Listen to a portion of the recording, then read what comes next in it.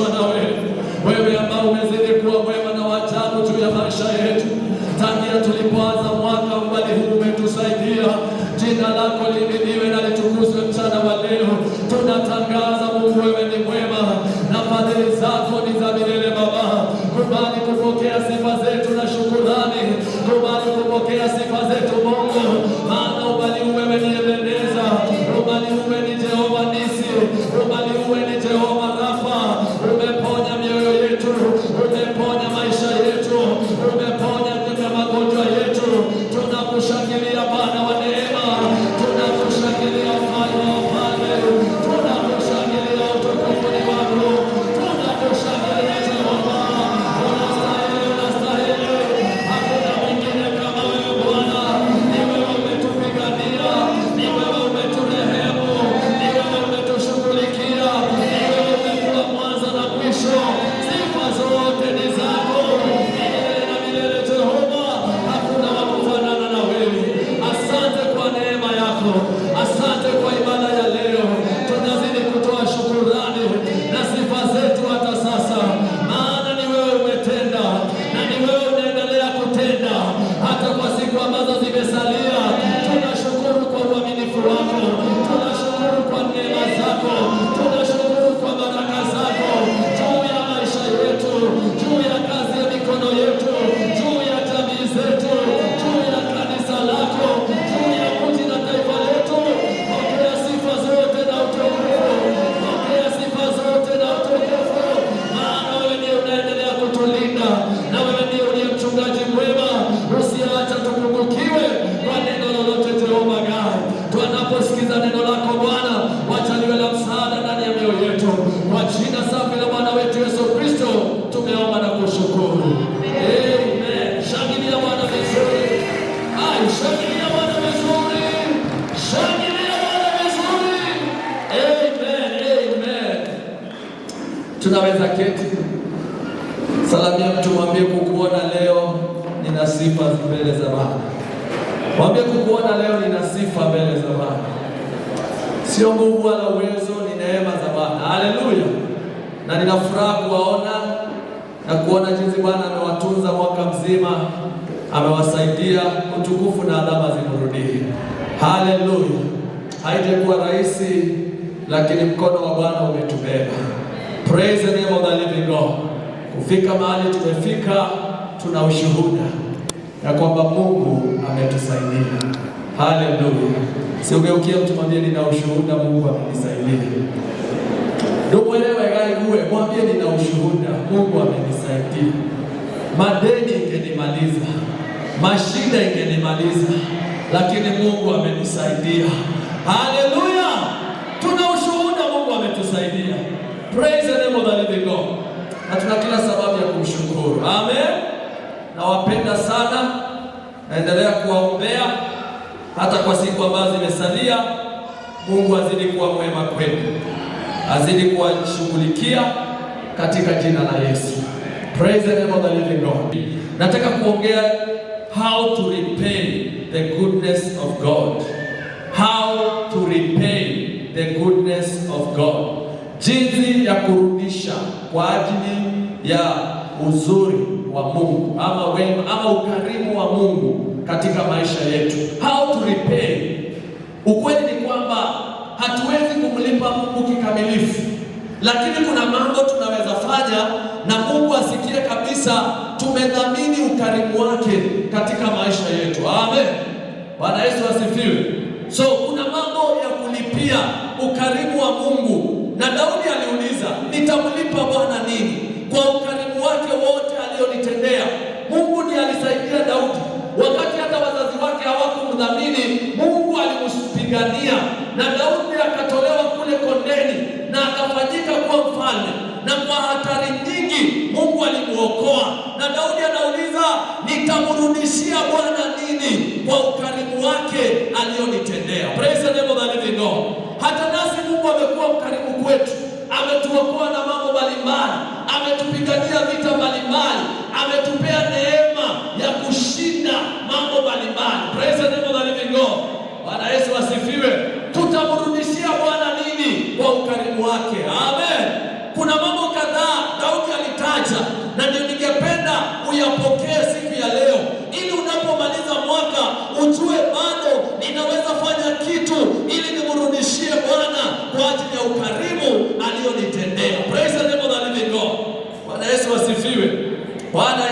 asifiwe. Zaburi ya 116 mstari wa 12 pale ni swali Daudi anauliza. Unaweza tuwekea kwa Kiingereza? Kiswahili nasema nimrudishie. Nataka kutumia Kiingereza NIV. Bwana asifiwe. Tusome ile swali. How can I repay the Lord for all his goodness to me? Praise the name of the living God. Huyu ni mtu tu alikaa kama mtu wa kawaida, akajiuliza, Mungu maana amekuwa mkarimu, amenipea nafasi ya kuwa kiongozi wa taifa la Israeli, ameniokoa na dubu, ameniokoa na simba, ameniokoa na Goliathi, ameniokoa hata na maemenga Sauli aliyetaka kunimaliza. Nitamlipa nini kwa wema wake alionitendea? Praise the name of the living God. Kwa ukarimu wake alionifanyia katika maisha yangu. Amen. Kumbe Daudi alielewa ya kwamba mtu akikufanyia kitu na wewe unatakana ufanye kitu. Amen. Bwana Yesu asifiwe. Na mtu mwambie, mtu akikufanyia kitu na wewe unatakana ufanye kitu. Si mwambie vizuri, mwambie mtu akikufanyia kitu na wewe ufanye kitu. Amen. Na kwa lugha yetu ya kawaida tunasemanga kurudisha mkono. Amen. Praise the name of the living God. Unatakana urudishe mkono kwa Mungu, umwambie kweli, Mungu, kumaliza mwaka ni wewe umenitendea. Kupona magonjwa ambayo imekuwa ikinisonga ni wewe umenitendea. Watoto wangu kusoma ni wewe umenitendea. Ndoa yangu kusimama ni wewe umenitendea. Maisha yangu kuwa jinsi ilivyo ni wewe umenitendea. Na mimi ninakuja kurudisha mkono. Haleluya. Kwa sababu ya ukarimu wako. Amen. Praise the name of the living God. Daudi aliuliza, nitampa Bwana nini? Nitamlipa. Hiyo jina nataka uelewe. How can I repay the goodness, the Lord for all the goodness? Hallelujah. Na tusome neno lingine kabla turudi hapo. Kuna mtu alifanyiwa na Mungu, na huyu Mungu mtu, maandiko inasema hakumrudishia Mungu sawa sawa na vile Mungu alivyomfadhili, na Mungu alikadhabika. Wakati wapendwa, hatutambui ukarimu wa Mungu na hatufanyi kitu kwa sababu ya vile Mungu amekuwa mkarimu kwetu, wakati mwingine inaumiza moyo wake. Amen. Praise the name of the living God. Mungu akiona amekutetea, Mungu akiona ametengeneza maisha yako, na wewe ni kana kwamba hauna haja ya kutambua na kudhamini, wakati mwingine moyo wa Mungu unahuzunika. Haleluya. Praise the name of the living God. Tusome Mambo ya Nyakati wa Pili. Kuna mfalme anaitwa Hezekia. Mambo ya Nyakati wa Pili 32 mstari wa 24 mpaka 26. Ninaongea how to repay the goodness of God, jinsi ya kulipa ama kurudisha kwa ajili ya ukarimu wa Mungu. Kuna kitu unaweza rudisha, of course hauwezi kikamilifu, lakini kuna vitu unaweza fanya kwa moyo wa kupenda, moyo wa ukweli, na ufanye na Mungu atambue ya kwamba umetambua ukarimu wake katika maisha yako. Haleluya. Praise the name of the living God. Bwana Yesu asifiwe. Huyu ni mfalme Hezekia. Na maandiko yanasema nini? 2 Chronicles chapter number 32 verse 24 to 26. Hezekia alikuwa na hali iliyokuwa katika maisha yake, na aliomba na Mungu akamsikia. Lakini Hezekia, maandiko yanasema, hakumrudishia Mungu sawa sawa na fadhili zake. Amen. Tusome. In those days Hezekiah became ill and was at the point of death. He prayed to the Lord, who answered him and gave him a miraculous sign. Hezekiah aligonjeka na akawa katika hali ya kufa, akawa amefika kona, akawa amefika mahali ambapo hakuna mtu mwingine angemsaidia. Praise the name of the living God. Na maandiko yanasema akamuomba Mungu. Na shukuru Mungu, hata ukiwa kwa kona yeye anapatikana. Hata ukiwa mahali hakuna mtu anaweza kukusaidia, yeye anakuja kukusaidia. Hata ukiwa mahali hakuna mtu mwingine anaweza kukujali, yeye anakushughulikia. Amen.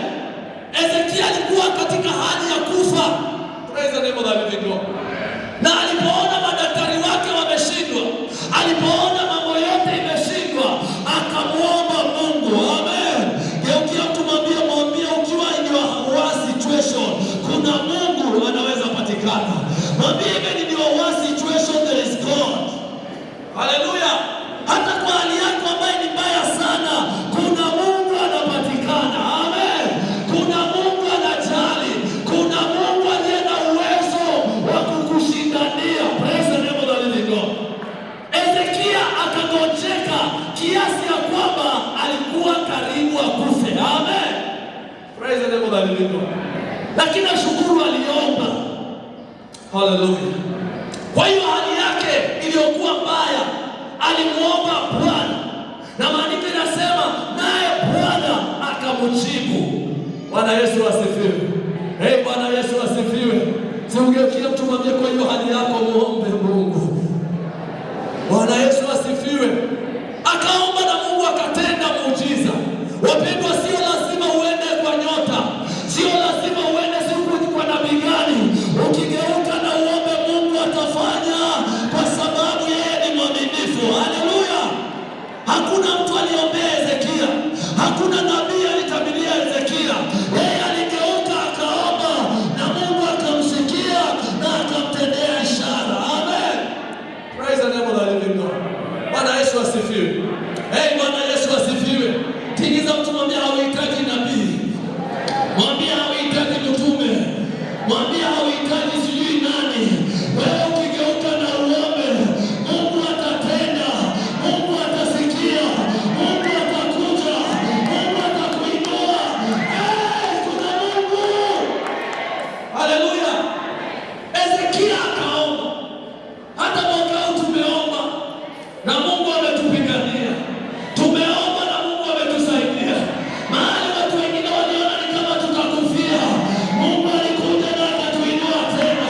Mahali watu wengine waliona ni kama hatutatokea, Mungu alikuja na akafanya njia. Na leo tuko hapa tunamaliza mwaka kwa sababu ya ukarimu wa Jehova. Praise the name of the living God. Bwana Yesu asifiwe. Ezekia akagonjeka. Mpendwa, unaweza kuwa na shida, lakini hiyo sio mwisho wa mambo yote. Kuna Mungu msaada, kuna Mungu anayejali, kuna Mungu anayeweza. Amen. Praise the name of the living God. Ezekia akagonjeka, akawa katika hali ya kufa. Sio kama unaona watu ambao wako kwa hali ya kufa wanaanza kuigaya. Haleluya. Lakini kabla Ezekia hajajigaya, akakumbuka kuna Mungu. Praise the name of the living God. Akaomba na Mungu ni mwaminifu, akamsikia na akamtendea muujiza. Naombea mtu tunapomaliza mwaka, si Mungu akusikie na akutendee muujiza. Naomba Mungu akutendee muujiza hata tunapomaliza mwaka. Haleluya. Usikimbie huku na kule. Inua macho yako kwa Bwana, maana anaweza. Amen.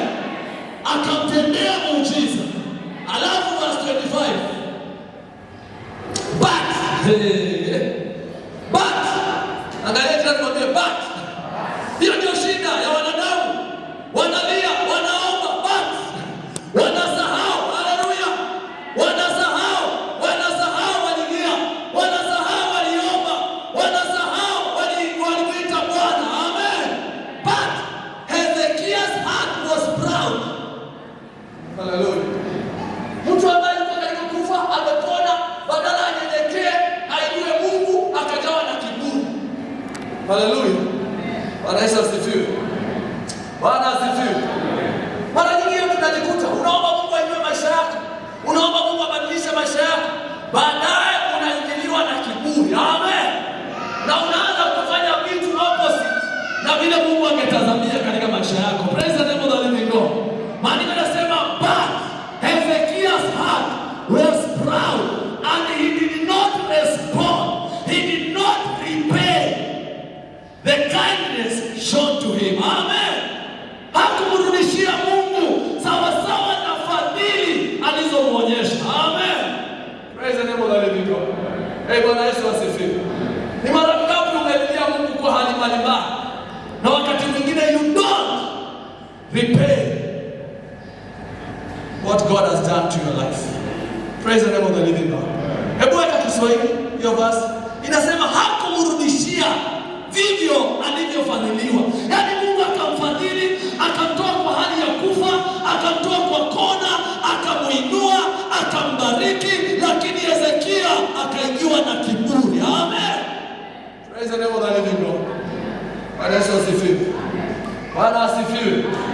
Tusome? Tusome? Walakini kadri alivyofadhiliwa Hezekia hakumrudishia vivyo. Amen. Yaani Mungu alimfadhili, akamponya, akamuondolea aibu, akamuondolea mauti, lakini Hezekia badala aone na anyenyekee na afanye kitu, maandiko inasema akaingiwa na kiburi. Amen. Praise the name of the living God. Na alipoingiwa na kiburi, what happened? Tuendelee hapo, inasema please turudi hapo juu 25. Walakini kadri alivyofadhiliwa Hezekia hakumrudishia vivyo, kwa kuwa moyo wake ulitukuka. Kwa hiyo ikawaka hasira juu yake na juu ya Yuda na Yerusalemu. Sikia, wakati huyu jamaa alikosa kurepay the goodness of God. Amen. Badala ya baraka, Mungu akalete hasira. Haleluya. Akalete ghadhabu juu yake, kwa sababu hakumrudishia sawasawa na vile alivyomfadhili. Amen. Bwana Yesu asifiwe. Wakati mwingine Mungu anatuponya, badala tukue na bidii kwake, tunaondoka. Haleluya. Wakati mwingine Mungu anatubariki, badala tujitolee zaidi kwake, tunapunguza. Bwana Yesu asifiwe. Bwana Yesu asifiwe. Na maandiko yanasema hasira ikawaka juu yake, na sio tu juu yake, mpaka watu wengine waliomzunguka wakaadhirika. Amen. Usipotambua ukarimu wa Mungu na umrudishie, unaweza adhiri hata wanaokukaribia. Praise the name of the living God. Bwana Yesu asifiwe. Bwana Yesu asifiwe. Hezekia hakumrudishia Mungu sawasawa na fadhili zake. Wapendwa, tusiwe kama Hezekia. But verse 26 inanifurahisha. Hezekia was very sharp. Verse 26 inasema nini? Verse 26. Tusome? Hata hivyo Hezekia akajinyenyekeza. Alipotambua Mungu hajafurahi, alipotambua hii mambo inanifanyikia ni kwa sababu nilitukuka. Amen. Akajinyenyekeza kwa ajili ya huku kutukuka kwa moyo wake. Yeye na wenyeji wa Yerusalemu hata haikuachia hasira ya Bwana siku za Hezekia. Amen. Mungu akapostpone mabaya, kwa sababu Hezekia aligeuka na akatubu haraka. Praise the name of the living God. Geukia mtu mwambie, kutotambua wema wa Mungu ni dhambi. Mwangalie usomwambie, kutotambua wema wa Mungu kwa maisha yako ni dhambi. When you don't acknowledge the kindness of God, when you don't acknowledge the goodness of God in your life, you are sinning against God. Amen. Mungu anapenda watu wanaotambua ni yeye amewaponya, ni yeye amewabariki, ni yeye anawainua, ni yeye anawatendea. Haleluya. Hawa watu ndio wanafurahisha Mungu, lakini wale watu wanaignore, wale watu wanapuuza, wanaona nguvu zao, wanaona uwezo wao, na wanakosa kumwona Mungu, wanafanya dhambi. Amen. Praise the name of the living God. Bwana Yesu asifiwe. Hezekia akajinyenyekeza, maana alitambua, kumbe nimefanya makosa, kumbe nimeenda kinyume na vile Mungu alitarajia. Angalia jirani, mwambie, Mungu akikutendea ako na matarajio. Si umwangalie tena, umwambie Mungu akifanya ako na matarajio, na umwambie usipofikia matarajio yake anahuzunika. Bwana Yesu asifiwe. Mungu ana matarajio. Hebu tuende katika Luka 17. Luka 17. Naongea kuhusu kumlipa wema wa Mungu. Naongea kuhusu kumrudishia Mungu sawasawa na ukarimu na fadhili zake katika maisha yetu. Tusichukulie ni kawaida kuishi mwaka mzima. Amen. Tusichukulie ni kawaida kuona tuna afya na uzima. Praise the name of the living God. Tusichukulie ni kawaida kuona ya kwamba shida zetu despite ya kwamba zimekuwa nyingi, lakini Mungu amekuwa msaada wetu. Amen. Praise the name of the living God. Bwana Yesu asifiwe. Tusome mstari wa 14.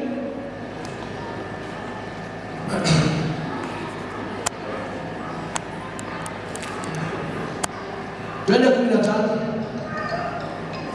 Haya, tusome hapo. Inasema nini? Haya, tusome wote. Na mmoja wao alipoona kwamba amepona, alirudi huku akimtukuza Mungu kwa sauti kuu. Endelea. Akaanguka kifudifudi miguuni pake akamshukuru, naye alikuwa Msamaria. Verse 17. Yesu akajibu akanena, hawakutakaswa wote 10? Wale 9 wao wapi? Verse 18. Je, hiyo ndio swali. Je, hawakuonekana waliorudi kumpa Mungu utukufu ila mgeni huyu? Amen. Kumaanisha kumbe Yesu aliponya na alitarajia, amen, ya kwamba atakuja kurudishiwa sifa na shukrani, atakuja kuambiwa umenitendea. Amen. Praise the name of the living God.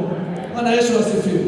Mungu anapotuweka hai, Mungu anapobariki maisha yetu, Mungu anapotusaidia kwa shida na matatizo yetu, ana matarajio, amen, ya kwamba moyo wako utanyenyekea na umrudie yeye, umwambie Jehova ni wewe tu, Mungu ni wewe peke yako umetenda. Praise the name of the living God. Bwana Yesu asifiwe. Turudi Zaburi 116. Kuna mambo kadhaa Bwana alikuwa ananisaidia. How to repay the goodness of God. Mungu ametuokoa mwaka mzima.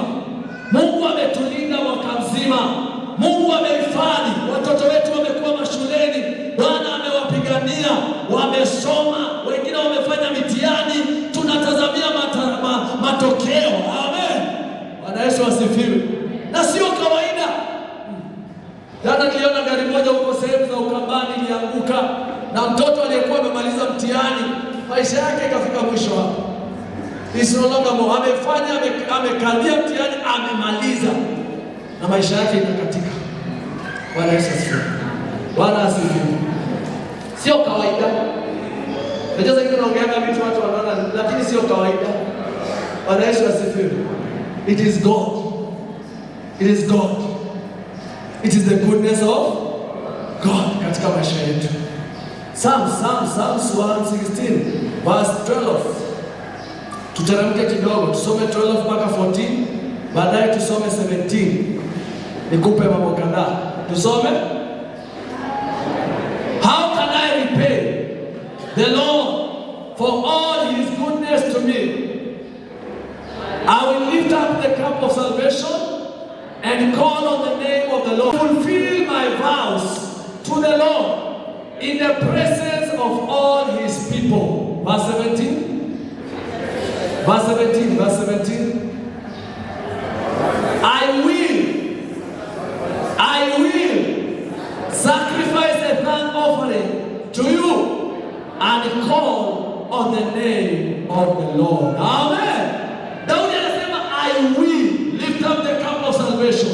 I will call upon the name of the Lord. I will fulfill my vows in the assembly of God's people. Amen. I will. Amen. Muuliza jirani, wewe utafanya nini? Muuliza jirani. Daudi anasema I will. Muuliza jirani, what will you do? Maana Daudi is saying what he will do because of the kindness of God, because of the goodness of God. Amen. Anasema number 1, I will lift the cup of salvation. Number 2, I will call on the name of the Lord. Number 3, I will fulfill my vows in the assembly of God's people. Number 4, I will offer thanksgiving sacrifice to the Lord. Praise the name of the living God. Hiyo mambo yote anasema is to repay the goodness of God. Ni kurudisha kwa ajili ya kulipia ukarimu wa Mungu katika maisha yake. Hallelujah. Praise the name of the living God. Bwana Yesu asifiwe. Bwana asifiwe. Niruhusu nikupe summary ya hii mambo. Number 1, jambo la kwanza unahitajika ufanye ili ulipie ukarimu wa Mungu is to be committed to God's will. Be committed to God's will. Ikiwa mpendwa utafanya Mungu asikie kweli amefanya vizuri kwa maisha yako. Ni yeye amekubariki, ni yeye amekuweka, ni yeye amekuleta umbali huu. Be committed to God's will. Jitolee kwa mapenzi ya Mungu katika maisha yako. Haleluya. Daudi anasema I will lift up the cup of salvation. Mapenzi ya Mungu juu ya maisha yetu. Tunahitajika kujitolea kuona ya kwamba tunatenda mapenzi ya Mungu katika maisha yetu. Ikiwa ni yeye amezidi kuwa karibu kwetu. Amen. Ikiwa ni yeye ametubariki, ikiwa ni yeye anatuponya, ikiwa ni yeye ametupigania, we must be committed to God's will. Amen. Usisukumwe kwa mapenzi ya Mungu. Be committed willingly to the will of God. Bwana Yesu asifiwe. Njia moja ya kulipia wema wa Mungu ni kujitolea katika mapenzi ya Mungu. Bwana asifiwe. Bwana asifiwe. Bwana asifiwe. Be committed to God's will. Kuna vile Mungu anataka tuishi. Kuna vile Mungu anataka tufanye mambo. Be committed to his will. Amen. Fanya yaliyo mapenzi ya Mungu kwa njia ya kudhamini ukarimu wake katika maisha yako. Praise the name of the living God. Number 2, continue in fellowship with God. Endelea kuwa na ushirika na Mungu. Usiache ushirika wako na Mungu uharibike kwa sababu ya mambo mbalimbali ambayo Mungu anaweza kuwa amekujalia. Continue in fellowship with God. Daudi anasema nitaliitia jina la Bwana. Sitaacha kumuita Bwana. Sitaacha kuwa na urafiki na ushirika na Mungu. Amen. Yeye ameniponya, nitaendelea kumwabudu yeye. Nitaendelea kukaa karibu na yeye. Haleluya.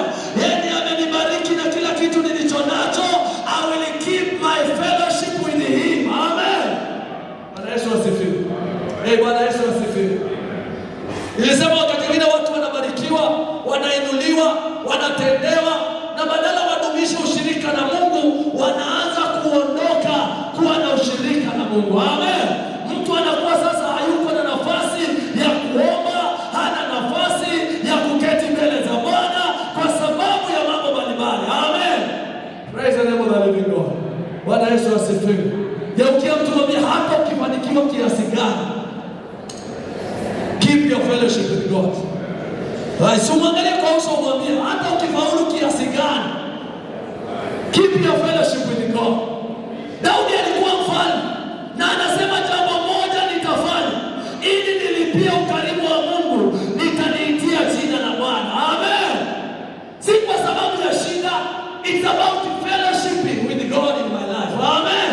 Nitakuwa na ushirika na Mungu, nitadumisha uhusiano wangu na Mungu, nitaendelea kukaa na Mungu, nitaendelea kumwabudu Mungu katika maisha yangu. Amen. Praise the name of the living God. That's another way to repay the goodness of God. Continuing in fellowship with God katika maisha yako. Hallelujah. Hallelujah. Number 3, fulfill your promises to God. Number 3, fulfill your promises to God. Follow up on your promises. Ahadi zile unapea Mungu, ahadi zile unanena mbele za Bwana. Usiache tu ziwe ni maneno matupu.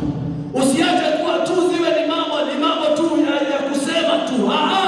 Fulfill your promises to God. Bwana Yesu asifiwe. Bwana Yesu asifiwe. Unajua wakati mwingi tunaambia Mungu mambo mengi. Na tunasema mimi Mungu sitawahi toka nyumbani mwako. Mimi Mungu nitasimama na kazi yako siku zote. Haleluya. Ukienda kumwangalia muulize ni mambo gani umeambia Mungu. Bado unafuatilia ama? Halo. Siangalie jirani muulize ni mambo gani unaambia Mungu. Mungu nikienda hii safari nirudi nitakushukuru. Ukirudi unauliza mlibakisha ugali. Ukabila na kima. Bwana Yesu asifiwe. Bwana Yesu asifiwe. Bwana asifiwe. Mara nyingine nimetumia mfano ya wamama. Kama kuna watu wao wanapostpone shukrani kwa Mungu ni wamama. Wamama, Bwana Yesu asifiwe. Amen. Mama wakati yako ni msichana anasema Mungu siku ile nitaolewa nitakushukuru. Akiolewa anasema siku ile nitapata ka first born Mungu haki. Ningashokia gani? Akipata first born anasema siku ile katatembea Mungu. Ningashokia hajai shukuru bado anaendelea tu. Haleluya, akitembea anasema nama siku ile kataingia shule Jehova. Ningashokia gani? Haleluya.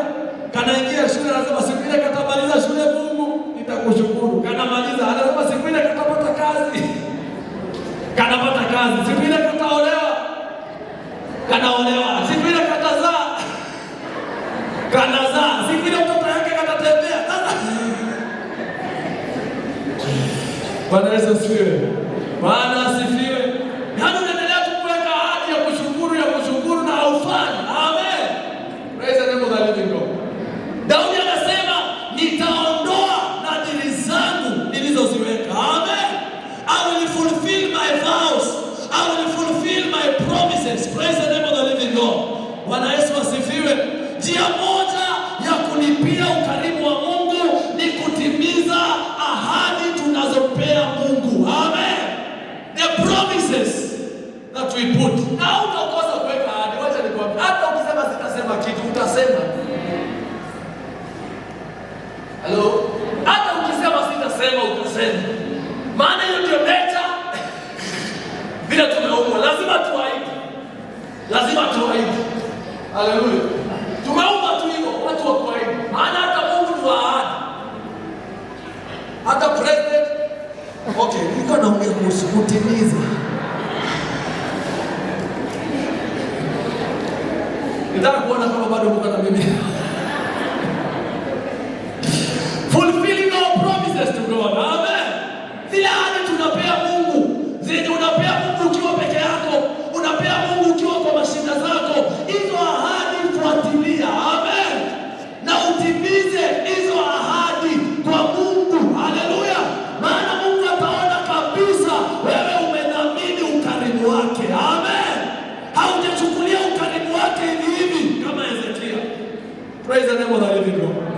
Mimi lazima kuna kitu Ezekia alisema. Kuna kitu alisema ni vile hatukuandikiwa. Mungu haikasirika tu hivyo. Aliona Ezekia kuna kitu alipromise. Mungu nikikosa kukufa mimi. Mungu nisipokufa tu Mungu utaona vile nitakufanya. Mungu akazuia kukufa akapona. Ezekia akajawa na kiburi badala ya kurudisha. Haleluya. Haleluya. Ambia jirani kuweka ahadi ni nature. Na utaweka hata leo asubuhi weka ahadi. Na hata jioni utaenda kuomba na utaweka ahadi. Amen. Utaweka ahadi mbele za Bwana. Utaanza biashara na utaweka ahadi. Haleluya. Praise the name of the living God. Kitu ya maana ni kufuatilia ahadi zako. Ni kufuatilia nadhiri zako. Amen. Nadhiri sio tu ile pesa tunaahidi kanisani, hata ile mambo tu ambayo hayahusiani na pesa na tunamwambia Mungu ni dhamana kuyafuatilia. Praise the name of God. Bwana Yesu asifiwe. Bwana Yesu asifiwe. Angalia mtu mwambie timiza ahadi zako kwa Mungu. Na utakuwa unalipia ukarimu wa Mungu katika maisha yako. Kuna watu walipia Mungu ahadi na walitimiza tu hata kama ilikuwa mzito. Amen. Bwana Yesu asifiwe. Na Mungu alikuwa mwaminifu kwa maisha yao. Amen. Number 4, continue in the fellowship of God's people. Continue to be in the fellowship of God's people. Njia nyingine ya kulipia ukarimu wa Mungu ni kukaa, ni kuendelea kukaa na kukua katika kusanyiko la watu wa Mungu. Amen. Kama vile leo umekuja, umeondoka kwa biashara, umeacha, umekuja, Mungu anasikia vizuri. Amen. Anasikia kuna mtu anatambua ya kwamba mimi ni mkarimu. Haleluya. Na amejipatia nafasi akuje akae katika kusanyiko la watu wangu. Amen. Praise the name of the living God. Usipuuze kusanyiko la watu wa Mungu. Ni njia moja ya kulipia ukarimu wa Mungu katika maisha yako. Haleluya. Praise the name of the living God. Bwana Yesu asifiwe. Tunapokuja hivi tunaacha mambo yote, tunaacha biashara zetu, tunaenda kwa ushirika, tunakuwa na wakati wa kuomba. God is so happy. Amen. Anajua tunajua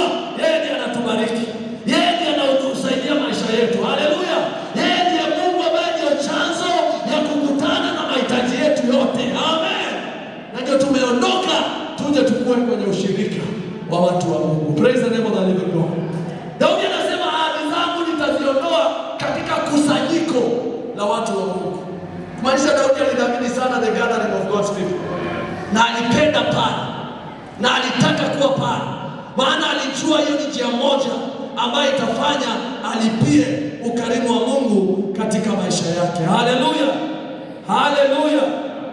Jambo la mwisho, offer praise and thanksgiving sacrifice.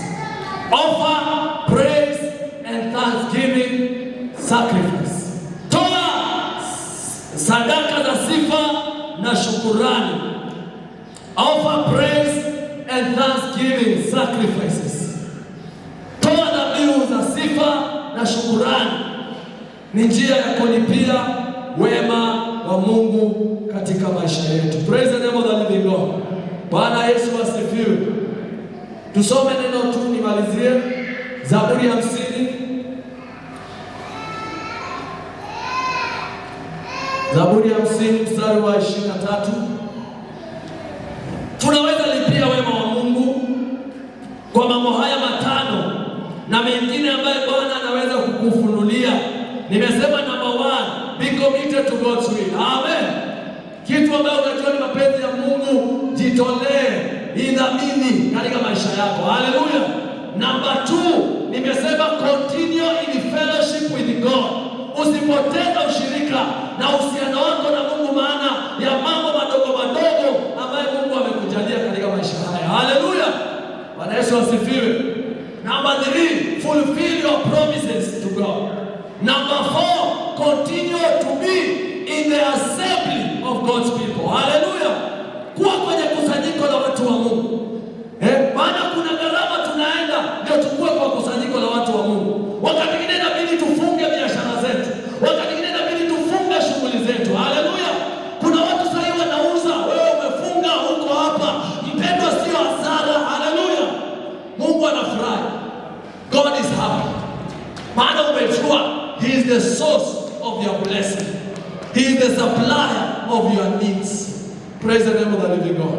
Number 5, offer praise and thanksgiving sacrifice. Tusome.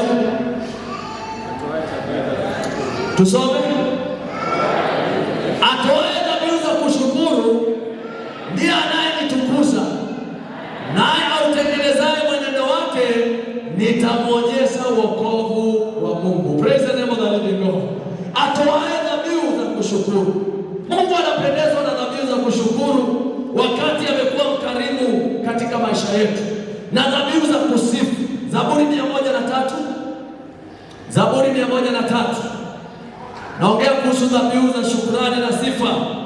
Ni njia moja ya kumlipia ama kumrudishia Mungu kwa ajili ya ukarimu wake. Inasema nini? Tusome. Nafsi yangu umhimidi Bwana, na vyote vilivyo ndani yangu vilihimidi jina lake takatifu. Verse 2. Nafsi yangu umhimidi Bwana, wala usisahau fadhili zake zote. Amen. Daudi alielewa, kwa sababu ya fadhili za Bwana, kwa sababu ya ukarimu wa Bwana, nahitaji kumpa ibada na sifa na shukrani katika maisha yangu. Haleluya. Tusichukulie ni kawaida wapendwa.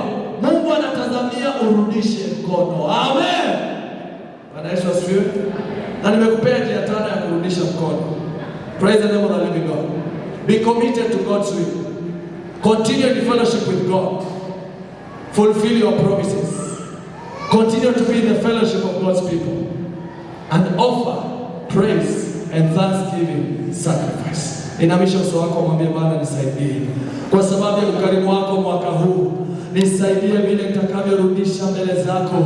Maana ni wewe tu umeniponya, ni wewe umeniweka, ni wewe umenileta umbali huu, na umesema Bwana tukumbuke kukurudishia kwa sababu ya fadhili zako ambazo umetenda kwenye maisha yetu. Nisaidie Bwana, moyo wangu usiwe wa kutukuka, moyo wangu usiwe wa kusahau na kwamba ni wewe umenipigania mwaka huu, ni wewe Bwana umeniweka mwaka huu.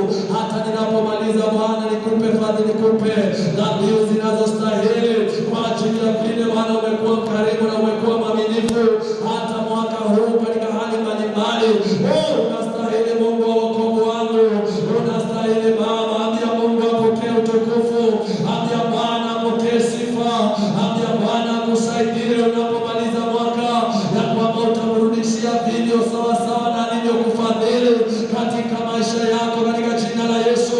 Si kwamba hautakuwa na mashida, lakini Bwana amekuwa msaada wako, amekuokoa, amekusaidia, amekujalia neema na fadhili zake, na tuna kila sababu ya kumrudishia sawa sawa na alivyotufadhili hata mwaka huu katika jina la Yesu Kristo. Mioyo yetu isitukuke, mioyo yetu isisahau ya kwamba ni Mungu ametuweka, ni Mungu ametuhurumia, ni Mungu ametupigania hata mwaka huu, ni Mungu amekutana na hali na mahitaji yetu katika jina la Yesu. Unastahili Mungu wetu na Baba wetu, tusaidie kukurudishia sawa sawa na ulivyotufadhili, tusije tukawa kama Hezekia aliyekosa kukurudishia sawa sawa na ulivyomfadhili kwa kumtoa kwa hali ya kufa na uzito uliokuwa juu ya maisha yake. Bwana wa rehema, tusaidie tunapomaliza mwaka huu, tuwe watu wanaorudi kukupa shukurani na utukufu na sifa, maana unastahili. Tusaidie kudumisha ushirika na wewe, tusaidie kujitolea katika mapenzi yako, tusaidie kutimiza ahadi zetu tulizoweka mbele zako Jehova, katika jina la Yesu. Asante Bwana wa mabwana, wewe ni mwema na mwaminifu na hakuna kama wewe. Ukuu wako ni wa ajabu, fadhili zako ni za milele Bwana. Hakuna Mungu kama wewe, hakuna Mungu kama wewe, hakuna Mungu kama wewe. Ewe Mungu wangu, hakuna Mungu kama wewe, hakuna Mungu kama wewe, hakuna Mungu kama wewe. Ewe Mungu wangu, hakuna wema kama wako, hakuna wema kama wako, hakuna wema kama wako. Ewe Mungu wangu, nasema asante, nasema asante, nasema asante. Ewe Mungu wangu, inua tu mikono yako mbele za Baba. Baba wetu na Mungu wetu, tunakiri na kutangaza hakuna Mungu kama wewe. Wewe ni Mungu ambaye ni mwema, Mungu wa pekee na wa ajabu. Umetutenda mema, umetutenda mambo ya ajabu hata mwaka huu, na tuna kila sababu ya kukurudishia sawa sawa na fadhili zako ulizotutendea mwaka huu wa 2025 katika jina la Yesu. Tumeona ukiponya magonjwa yetu, tumeona ukiokoa uhai wetu na kaburi, tumeona ukiteta na wanaoteta nasi, tumeona ukituokoa kwa mikono ya waovu na wahalifu, na tuna kila sababu ya kukuinua. Tumeona ukiwa mwema kwa kazi ya mikono yetu, tumeona ukiwa mwema kwa jamii zetu mwaka huu wa 2025. Tusaidie tunapomaliza, tukurudishie sawa sawa na fadhili zako ulizokirimia kila mmoja wetu. Kila mmoja wetu ana ushuhuda wake, kila mmoja wetu ana ushuhuda wake alio